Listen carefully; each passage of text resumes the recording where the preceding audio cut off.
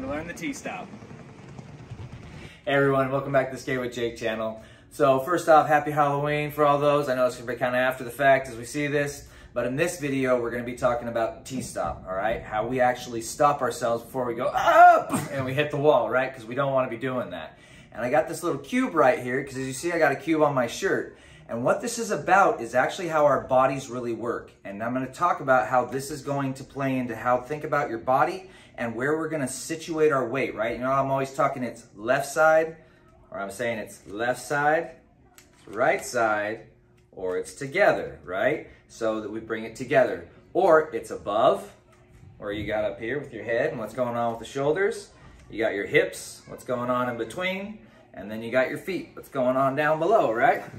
So that's why we have this cube here. And that really matters because when you go to do a T-stop, right, you're trying to get your weight over to one side and you just want a little bit kind of dragging back here with this foot. It's like going into a lunge. This side has all the weight, right, over here on the left side of the body if you're gonna drag the right.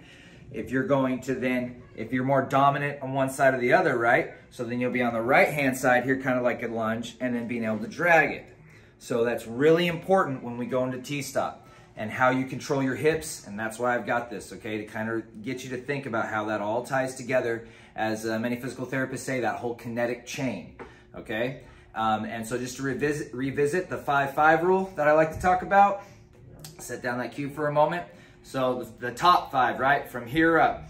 So nobody with a cane, I want that pelvis tucked in. No hunchbacks, I want you to stand up straight. No shy people, I want you to have those shoulders back. No nosy people, again, stay out of everybody else's business. It's just you skating and have fun by yourself. So keep it to yourself, chin tucked, and then nice and tall on the chin, really extending that out. You should feel that little in the back of the spine, which is a good thing. And then the bottom 5, that good bend of the knees. You need your shock absorbers. All right, you need to not be straight because then you're going to want to fall. You have the ability to be able to take that stress and control it. So good bend of the knees, and then obviously you got your outside, you got your inside, up on your toes, and then in the heels. That's our 5-5. After this, I'm going to get on my skates and I'll show you an actual practical T-stop.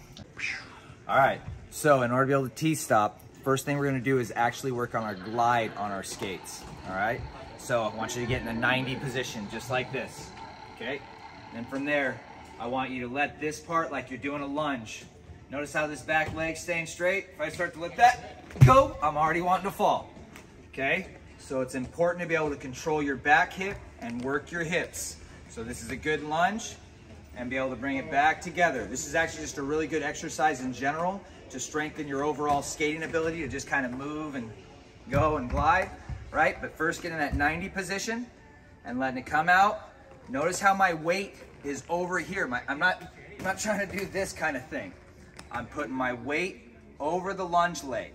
Now, that's just like, now drag this foot and you're bringing it to you. That's that T-stop, because if I'm coming into a top stop, there it is. So gliding, coming back, that's your T-stop, boom. Now, when you're going to the stop, you wanna make sure that your wheels are trying to be even. So you wear them even, and you actually then also stop better. You don't wanna be dragging that one toe. You're gonna really wear down this front one if you do that. Don't try to do that. And again, every body's different. Everybody has a dominant side and a non-dominant side. So you need to figure out for you whatever that is. So as you're going, you're skating, and then you're ready to stop, you might be dragging the left leg. You might be dragging the right leg. Whichever one is your T-stop. But your foundation for the T-stop is to be able to glide and pull. Glide and pull. Glide and pull. And you can go the other direction. Glide and pull. Glide and pull. Because then when we're going, right, if I'm in a fast skate here, and then I'm wanting to slow down, I'm gonna start dragging that foot. And just like, that's what makes it look like a T. That's what makes it look like a T stop. So there are other ways to stop, You can kind of bring your legs together, you can almost like pinch your, like you're trying to like squeeze a watermelon between your legs. That will make you stop as well. So like if you're going, right, and then you just kind of bring them together, and you kind of squeeze them together. Notice how I stopped there? But the T-stop really is the best one until you're ready to do a power stop, things like that. But a T-stop, again, at drag and glide. And you really want to make sure that this hip isn't going forward or backwards, because if I allow it as I'm going and then I'm doing this, I'm going to want to fall, and we're not going to do that. So, good foundation. It's always about a solid foundation. Last thing is, how well can you balance left? Balance on the left. Notice how my right leg's up. You just sit here and balance. Okay, and right.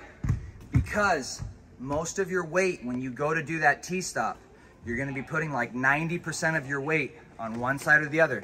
It's like casting an anchor out into the ocean, right? It's gonna hit that bottom floor, and if you're not really solid on that one side, if you have more of your weight back here and I go to T-stop, I'm gonna fall.